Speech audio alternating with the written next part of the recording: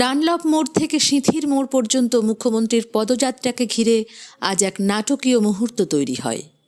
পদযাত্রার মাঝেই এক মহিলা ফুল হাতে নিয়ে হঠাৎই মুখ্যমন্ত্রীর পা ছুঁতে ছুটে যান। কড়া নিরাপত্তা বলয়ের মধ্যেও ওই মহিলা কিভাবে মুখ্যমন্ত্রীর এত কাছে পৌঁছলেন তা নিয়ে উঠেছে প্রশ্ন। ঘটনায় কিছুক্ষণের জন্য উত্তেজনা তৈরি হয়। পুলিশ ও নিরাপত্তারক্ষীরা দ্রুত পরিস্থিতি সামাল দেন।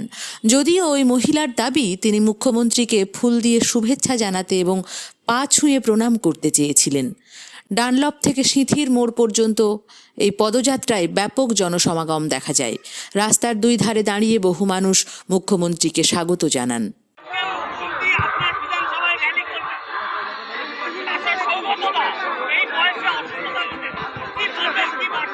আমরা ভীষণ খুশি, আমরা কৃতজ্ঞ দিদির কাছে। দিদি বরানগরের মাটি এসে ছুঁয়ে গেছেন, এটা আমাদের আশীর্বাদ।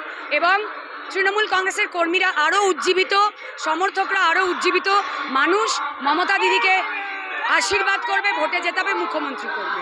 দিদি, তুমি বারবার বলেছিলে এর বছরে তুমি সেইভাবে কাজ করতে পারোনি, বরানগরে একটা বড় প্রবলেম ড্রেনেজ। আমি সেইভাবে কাজ করতে পারিনি বলিনি, আমি বলেছি যেটুকু সম্ভব ছিল 1.5 বছরে করা আমি সেইটুকু করেছি। যে কাজগুলো সম্পূর্ণ করতে পারিনি সেগুলো আবার আগামী। বিরোধীরা বারবার বলছে তুমি অনেক বিরোধীদের পায়ের তলায় মাটি নেই, ওই জন্য ওরা যা বলছে অসুবিধা নেই। মুখের আম না, আমার কাজ রাবণের মতো, এরকম করলে তো হয় না। মমতা দিদির র্যালির পরে কোনো অশুভ শক্তির নাম নেব না।